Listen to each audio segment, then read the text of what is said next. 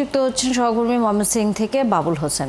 বাবুল, এই মুহূর্তে কৃষি বিশ্ববিদ্যালয়ের ক্যাম্পাসের খবর জানানোর পাশাপাশি শেষ পর্যন্ত প্রশাসনের পক্ষ থেকেও আসলে কোনো এই বিষয়টি মীমাংসা করবার উদ্যোগ নেওয়া হয়েছে কিনা?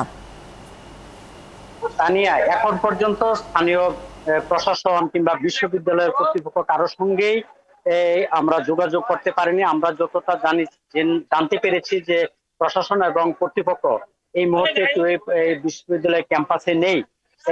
আমরা যেটি দেখছি যে সকাল 9টা পর্যন্ত যে সমস্ত নারী শিক্ষার্থী হল ছেড়েছিলেন, এরপর পরবর্তীতে আর কেউ 9টার পর আর নতুন করে কেউ হল ছেড়ে যায়নি। নারী শিক্ষার্থীদের এখনো অনেকে হলে রয়েছেন, যদিও এরই মধ্যে বিশ্ববিদ্যালয়ের কর্তৃপক্ষ এবং প্রশাসনের পক্ষ থেকে এই হল সমূহে বিদ্যুৎ সরবরাহ ব্যবস্থা এবং পানি সরবরাহ ব্যবস্থা বন্ধ করে দেওয়া হয়েছে। যারা অন্যান্য হলের যে শিক্ষার্থী যারা ছিলেন তারা মিছিল সহ তারা ক্যাম্পাসে প্রদক্ষিণ করছে। কিছুক্ষণ আগে কে আর মার্কেটের সামনে তারা বিক্ষোভ প্রদর্শন করেছেন। একটি উত্তাল অবস্থা।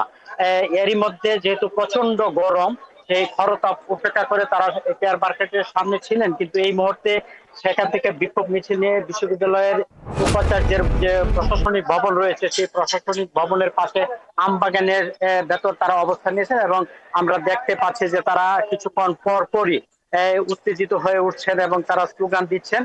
যদিও এই মুহূর্তে আমরা দেখছি যে তারা কিছুক্ষণ আগে প্রশাসনিক ভবনের খানিকটা টিএসসির দিকে গিয়েছিলেন, সেখান থেকে আবার তারা সেই আমবাগানের ভেতর যে অবস্থান নিয়েছেন এবং এই মুহূর্তে তারা সেই আমবাগানে বসেই পরবর্তী কর্মপন্থা ঠিক করবেন। যেমনটি তারা 4 দফার কথা বলেছেন, করে কেউ হল ছাড়ছেন না। তো যেটি জানা গেছে যে হল ত্যাগ করলেই কেবল এই ক্যাম্পাসের দায়িত্ব স্থানীয় প্রশাসন নিয়ে থাকে, কিন্তু যেহেতু এখনো শিক্ষার্থীরা হল ছাড়েনি, এই কারণে এখনো কিন্তু দায়টি বিশ্ববিদ্যালয়ের কর্তৃপক্ষের উপর রয়েছে। যে যদিও বিশ্ববিদ্যালয়ের কর্তৃপক্ষ অনির্দিষ্টকালের জন্য বন্ধ ঘোষণা করে সকাল 9টার মধ্যে হল ত্যাগ করার নির্দেশ দিয়েছিলেন, কিন্তু আমরা যেহেতু দেখেছি যে এখনো শিক্ষার্থীরা হল ছাড়েনি এবং আপনার মাধ্যমে আমরা আসলে পেছনের ছবিও দেখছিলাম যে পেছনে শিক্ষার্থীরা এক ধরনের আবারও বিক্ষিপ্ত হয়ে আছে। পরিস্থিতি কোন দিকে যায় সেটি জানবার জন্য আবারও ফিরবো আমরা বাবুল হোসেন আপনার কাছে। ধন্যবাদ এখনকার মতো। দর্শক, সহকর্মী বাবুল হোসেন ছিলেন এতক্ষণ ময়মনসিংহ বিশ্ববিদ্যালয়ের নানা খবরাখবর নিয়ে।